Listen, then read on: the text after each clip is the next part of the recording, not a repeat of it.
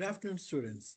Welcome to Biology Final Review on the topic Population Dynamics. Okay, guys, so today we are going to revise biology topics for Term 3. I'm Emmanuel Regan Paul from Al Zaydia Boys School. So here we go with the revision. So we're going to have like two chapters for the exam. The first chapter is called Population Ecology. And this chapter will have two lessons. Lesson number 1 is population dynamics, and lesson number 2 will be human population. So population dynamics and human population. So this revision is based on the Haeckel EOT. So let's look at it.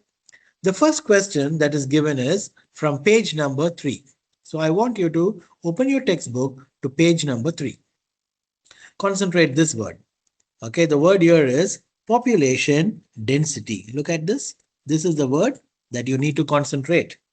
So they are going to have one question on this, population density. So what is population density? Population density is the number of organisms per unit area. Okay, again I repeat, what is population density? It is the number of organisms per unit area. So they will give you this picture. You see the picture is here. What is written in the picture? The population density of the cattle is greater near the Cape Buffalo. Okay, so they say the population density of this one, of these birds. You see the birds. How many birds are there? 1, 2, 3, 4, 5, 6, 7, 8, 9. There are 9 birds which is around this cattle. Okay, this is a cattle, this is a buffalo. So around the Cape Buffalo, you can find bird strain. Okay, so you must remember what type of dispersion it is. We are going to talk about it a little later. But anyways, look at it. What is population density? It is the number of organisms per unit area. So don't forget. Now let's look at the question. In the figure below, population density of the cattle egrets is greater near the Cape Buffalo. So this is the Cape Buffalo. These are the egrets. What type of dispersion you would expect these birds to have? You see the birds. The birds are together. The birds are not alone. The birds are together. When they are staying together, you call them as clumped. You call them as clumped. Hope you remember the 3 types of dispersion. Okay, let me show you that. The picture is there with me. One second, let me show you. Yeah, here is a screenshot of that. You see, there are 3 types of dispersion or spatial distribution. 1, if the organisms are arranged like this, in a uniform way, there is equal space between them and they are arranged in a line, then you call it as uniform dispersion.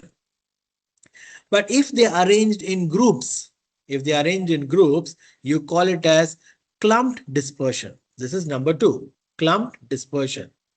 And number 3, if they are not arranged in group and if they are not arranged evenly, if they are arranged here and there, they are not, they are just spaced as they like, then you call it as random dispersion. Random dispersion. So these are the 3 types of dispersion. Uniform dispersion when they are arranged in a line, equally spaced. Clump dispersion when they are in group. And random dispersion when they are like unevenly, scattered. Now come back here to the question. Now look at this question. Yeah, you see here? What does the question say? The question says, in the figure below, the population density of the cattle egrets is greater near the Cape Buffalo. You can see all of them are here, the white ones, the white birds. So what type of dispersion you would expect these to have? This is clumped because they are together in group. You see, the birds are together in groups. So when they are together in groups, you call it as clumped. So don't forget this. This is one question on population density. They can ask you what is population density. If they ask you what is population density, then remember it is the number of organism per unit area. Or they can give you this picture. Definitely they will give you this picture and they will ask you what is, what about these birds? What type of dispersion they belong to? So you should write it as clumped. Okay, this is question number 1. Now I want you to turn to page number 6.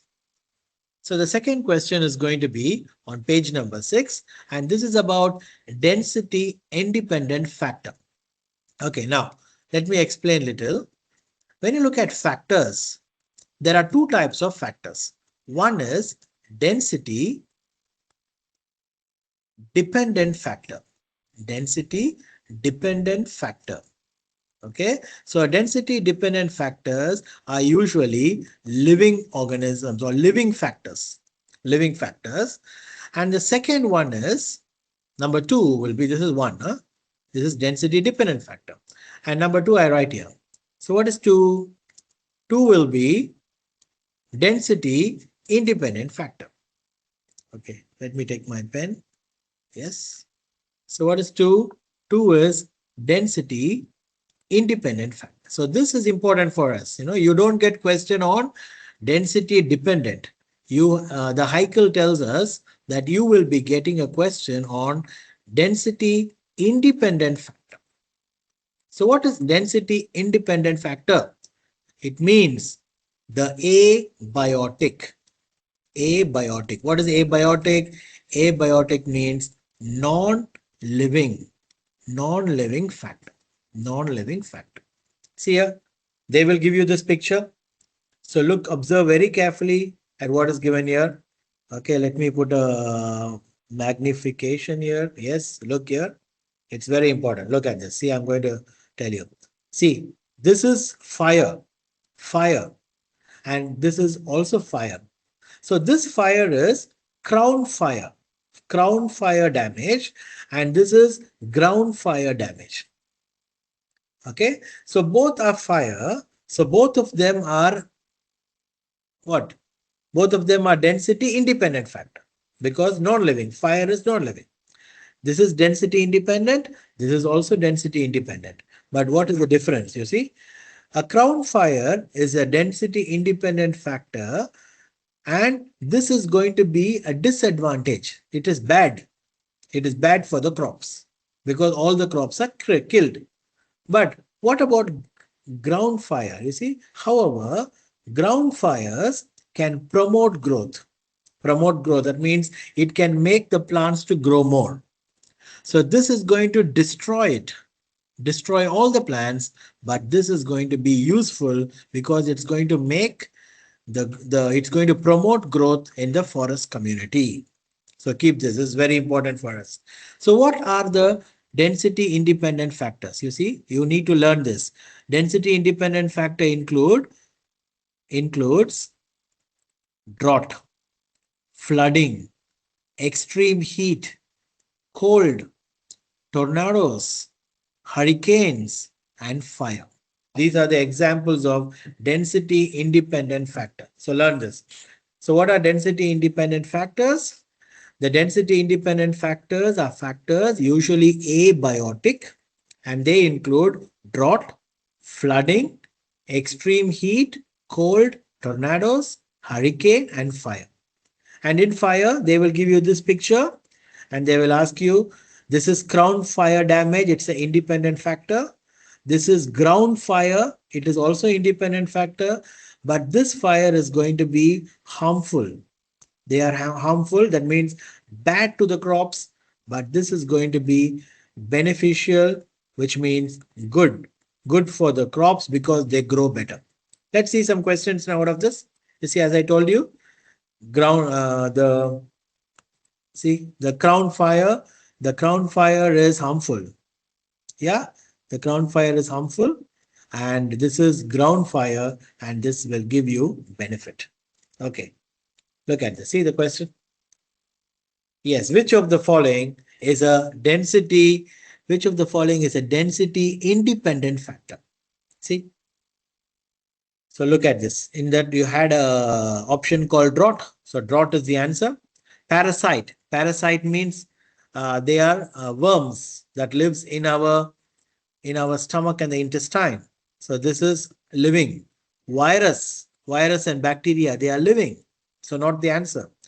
Overcrowding, that means many people are there in a place. So that is also living factor. That means biotic. So this is dependent, dependent, dependent. But drought becomes independent factor.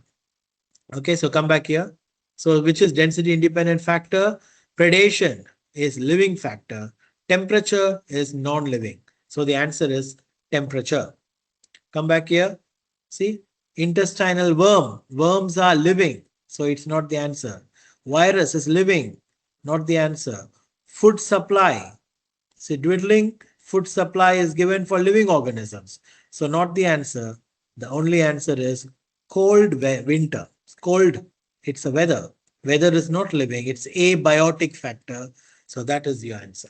Okay, so this is how you get question on density independent factor. See the next one. Why this may be one of the questions that you get, exactly, my dear. Be very careful. This is very important question. Very important question. Why these two situations involving the fire have different result on the pine tree population? So this is crown fire and this is ground fire. I told you crown fire is useful, and fire, it causes damage. So let's say, so what is the answer? Crown fire limits growth. Crown fire will limit the growth, while ground fire promote growth. So this is the option. This is the answer. Okay, the crown fire is bad. It will limit, but this one will promote. Promote means it increases. So it's good. It promotes growth. Okay, so don't forget. So this is the option now you have. Okay, let's move on to the next one. The next question is going to be on page number 10. I want you to turn to page number 10. Yes, boss. Turn to page number 10. So you have an option here in page number 10. Yes, page number 10. And this page is talking about carrying capacity. You see the word carrying capacity. So what is carrying capacity? What is carrying capacity? Let's look at it. The carrying capacity represents the maximum number of individual in a population that the environment can support over time. This is the exact answer. What is carrying capacity? It is the maximum number that an individual in a population can hold over time.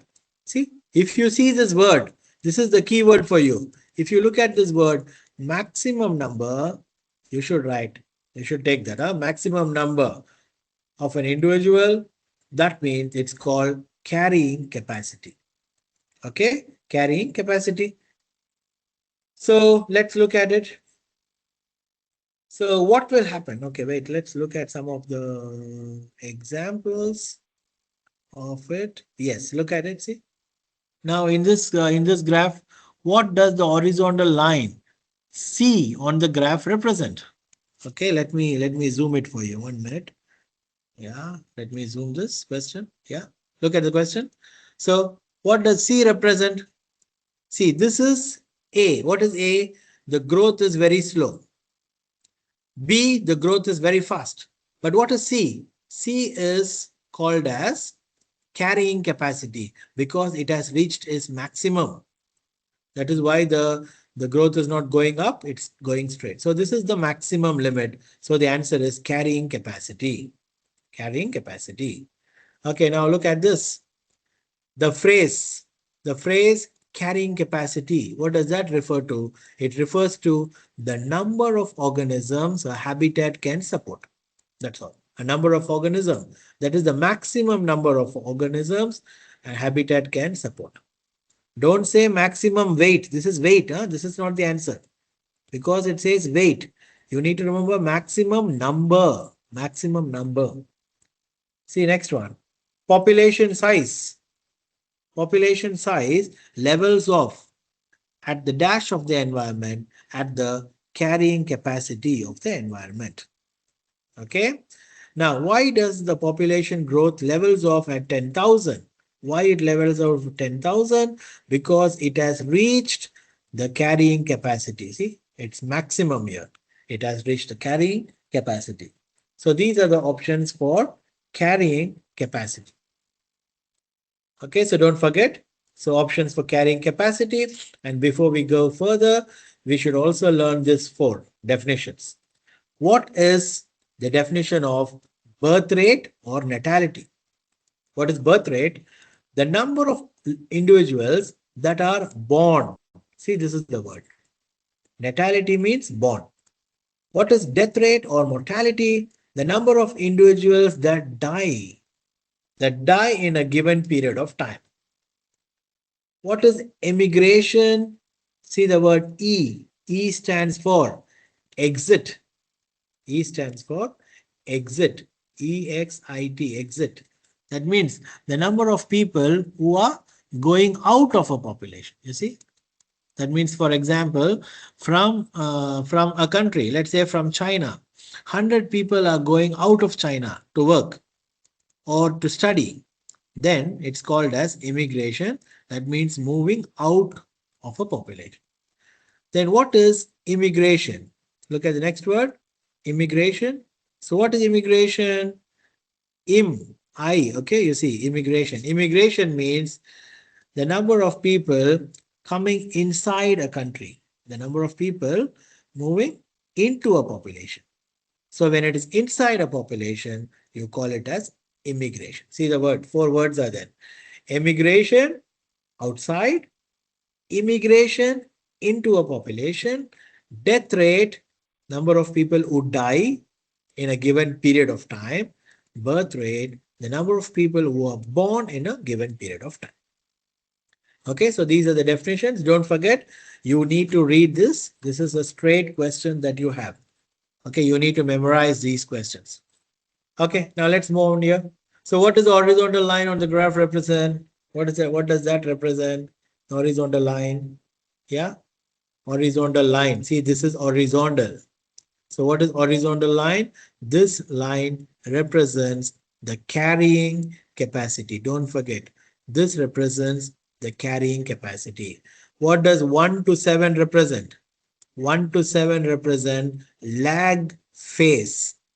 Lag phase, 1 to 7. What is this one? This represents exponential. Exponential. Don't forget. Okay, this represents exponent. So there are three things that you need to know. One is lag phase. Number two, exponential. Three, carrying capacity. But they will be asking, mostly they will ask about carrying capacity because this is there in ICL, carrying capacity. Okay. So now you can just learn. All these questions are there. I sent you the review on this. Okay. So you can just look at it. Now let's move on to the next question. The next question will be from page number 10 and 11. Yes. Now I want you to move on to page number 10 and page number 11. So here we go. Page number 10 and page number 11.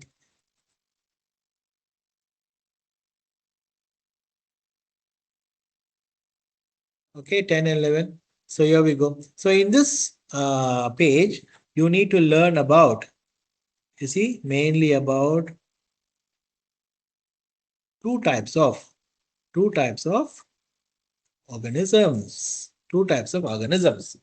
You see, there are two types of strategies. There are two types of strategies. Okay, again I repeat. The two strategies are R strategist, you see, and K strategist. Look at the words, very, very important. R strategist and K strategist. So K, what is K strategy? See, K means it is representing the big animals, the animals that are big in size. And they will produce less offsprings. What is offspring? Offspring means kids, babies. They will produce less babies during their lifetime, less kids during the lifetime. And they live long. They have more lifetime, like maybe they live for 20 years, 25 years, 50 years, 80 years, like that. So they are all called as K strategists. So what are K strategies? The organisms that are larger or bigger, they produce less offspring, that means less babies, maybe 2 babies, 3 babies in their lifetime, and they live long. But what are R strategies? Look at this. I'm going to write here. R. Okay, R strategy. R strategies are opposite. They are small organisms. Small organisms like locust. You see, this is locust. The diagram that's given here is locust. Always refer to this diagram because they may ask you this diagram only. Locust. You see, locust. So this is locust. So they are small organism, or you can see cockroaches, insects, ants, butterfly. All these comes under where? Comes under small organisms. So they are small organisms, and you can find more offsprings. That means more young ones are produced. More offsprings, and they live short. Their life is very short. Maybe they live for 10 days or 1 month, like that. So that their lifetime is very, very short. You see. So this is about R and K strategies. So K strategies, big animals, less offspring, live long. R strategy, small organisms, more offsprings they produce. That means more young ones, maybe thousands or of young ones they produce in one time. They live short. Okay, that means they have less lifetime. So this is the difference. Now let's do some questions and see. You see, remember, this is another thing you have to study. You see, our strategy. What are the animals you need to study? Crickets, mice, locust. This three, memorize this. This three come under our strategy. But what about K strategies? You can find elephants, primates, that means monkeys, chimpanzees, horse, they are larger animals. Okay, now look at it. Let's look at the question. You see, what does it say? They say, yeah, come back here. See, let's see here. Which of the following organism does not follow our strategy? Zoom this question for you. Yes, because some of you may not see it. Okay. 1 minute. Yeah. Yes. See, very important question. Which of the following organism does not follow our strategy? You see, this is what case strategy, because these are big organisms. These are all small organisms, fruit fly, locust and mouses, small. But this is big organism. This is case strategy. You must look at it. Does not follow. Okay. So remember, it does not follow. This is case strategy. Then look at the next one. Yeah. Let's look at this question. Let me zoom this for you. Yeah. You see, which of the following organisms follow our strategy? Our strategy. See, this is big one. So this is K strategy. This is big K. And this is also big K, which is a small organism here, B. So the answer is B is the answer. This is R strategy. R means small, K means big. So which is an example, best example of K strategy? See, wolf, grasshopper, rabbit, and whale. Whale is bigger. So whale is the answer. Okay, so all this. So you must remember all this. Which strategy is considered as an adaptation for living in an environment where fluctuation in biotic and abiotic factor occur? So which can live both in biotic and abiotic factor if there is fluctuation? So the answer will be R strategy. R strategy. Okay, so that is the end of the first lesson. Now let's move on to the second lesson. So in this lesson, we are going to talk about this question. Yes, it's a very, very easy question for you. You get, easy question here. The question is on demography. What is demography? Demography means, remember, demography means it is the study of human population size, density, distribution, movement, and birth and death rate. The study of human population. If you see this here, the study of size, density, distribution, and movement of human population. What is it called? It is called as demography. So the answer is demography. Okay, so if you see this, you can just mark it. So what is demography? It is a study about population, human population, distribution, and everything. Okay, the next thing that you should know is page number 14.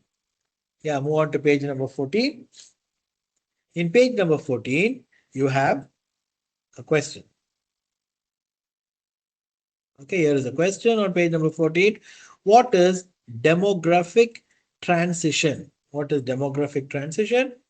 Again, to memorize. The change in a population from high birth and death rate to low birth and death rate is called demographic transition. See, a change in the population from high birth and death rate to low birth and death rate is called demographic transition. That's all. So you need to memorize this. You see here the question? A sequence. Okay, a sequence of decreased death rate followed by decreased birth rate is called demographic transition. So whatever you get on decrease or increase and decrease, anything like that, you will be marking it as demographic transition. Demographic transition. Okay, now let's do another question. And this is going to be on page number 14. Turn to page number 14. Very important question. You should take your calculator with you, okay, for doing this question. It's going to be easier for you. Okay, now what you're going to do, you see, there is a formula to be memorized. And this formula is PGR. So what is PGR? So this is called the population growth, the population growth rate, the population growth rate. See, the PGR is equal to birth rate minus the death rate plus migration rate divided by 10. Okay, so now let's look at this picture. They say birth rate. What is birth rate? 12. So substitute 12 minus 12 minus what is death rate? Death rate is 8.8 plus what is migration rate? 2.5 divided by 10. That's all. So here you have 12 minus 8.8 plus 2.5 divided by 10. So your answer is going to be 2.2. So here is the answer. The answer is 2.2. Okay, so this is the answer you have. So it's very easy to do. Very easy if you know the formula. So PGR, memorize the formula. PGR is equal to birth rate minus death rate plus migration rate divided by 10. So birth rate, look for birth rate 12 minus death rate 8.8 plus migration rate. How much is migration rate? 2.5. So substitute that, divide them by 10. So you will get the answer 2.2. Okay, so that is how you need to do. You can practice. You can practice with this formula. One of the, this question, the question is given here. You can practice with this. Okay, another question. But in your high they say you will get a question from this. So make sure you learn this. Population growth curve. Okay, next, let's move to the last question from this topic. The last question, it's going to be on age structure. Okay, let's go here. Age structure. So what is the definition of age structure? Age structure is the number of males and females in each of the three age groups. What is it? Number of males, that means boys, and girls, females, in each three age group. So what are the age group? Pre-reproductive stage, reproductive stage, and post-reproductive stage. So these are the age groups. Pre-reproductive, reproductive, and post-reproductive. So what is the meaning? Look at this one. See, this one, the first one is pre-reproductive. This is one. Where pre-reproductive means small, kids who cannot produce young ones. So this is pre-reproductive. Number two, reproductive. This is number two, reproductive. And this is post-reproductive. They can produce young ones. They can produce young ones. And what is pre-reproductive? They are too young. They are very small that they cannot produce young one. And what is post-reproductive? Post-reproductive from year to year. So post-reproductive, that means they are old. They are old. The people are old to produce young ones. Okay, what is the age group? Let's say this you need to see. Pre-reproductive, you see, pre-reproductive before age 20. This is pre-reproductive. And then 20 to 24, 44, sorry, 20 to 44. This is called as reproductive years, 20 to 44. And what is post-reproductive? After age 44. So try to understand. After 44, these people they are called as this one. These are called as post-reproductive. And between this and this, they are called reproductive. And below this age, they are called pre-reproductive. These are the three types of groups we have. Okay, so remember this. This is an important one to remember. And let's do some questions. Now, one more thing to study. Yeah, you see these three countries. You need to compare these three countries. Okay, the three countries are, you have Germany, the United States, and the Kenya. So three countries: Kenya, United States, and Germany. Compare them. See how the graph is. So this is the growth, the age structure diagram for them. So this is like a pyramid. Okay. So this is, if you see this, you must remember this is Kenya. Here the growth is rapid. So they are rapidly growing. Rapidly growing. When you see this type of age structure diagram, you should understand that this is United States and the growth is very slow, slowly growing. And when you see this diagram, you should know that this is Germany. So in Germany, there is negative growth, no growth. Okay, no growth or negative growth. Okay, so here the growth is rapid. That means very fast. In Kenya, in United States, the growth is very slow, very slow. And in Germany, there is no growth or negative growth. So you must know these three pictures. They will give you the three pictures and ask you which is Kenya, which is United States, which is Germany. Otherwise, they will say where there is slow growth, where there is no growth, and where there is rapid growth. Okay, these are the three things. So look at this here. So there are some questions given and the answer I've put here. So you can study this. Okay. So this is about it. You see. Now look at this picture also. They say this is pyramid. So it is rapid growth. So describe the relative number of organisms in each age within the population. So it is age structure diagram. What is the type of growth in the human population shown here? See, the middle part is bigger. That means it is slow growth. And what is the type of growth in human population that is shown here? See, you can see it is almost like a box. So this is negative growth. So this is Kenya, United States, and this one is Germany. Okay, so do not forget. So that is the end of the first chapter we have. Okay, this is the end of first chapter. But before we conclude, I will also tell you what I gave you in the key points. See what you have to like study, what you have to concentrate more. Okay, let's look at it. 1 minute. Okay, here the key points I gave you. See, first question, population density. We studied this. Number of organisms per unit area. If they give you a problem, remember, you take the number of organism, divide by the area. Okay. What is density independent factor?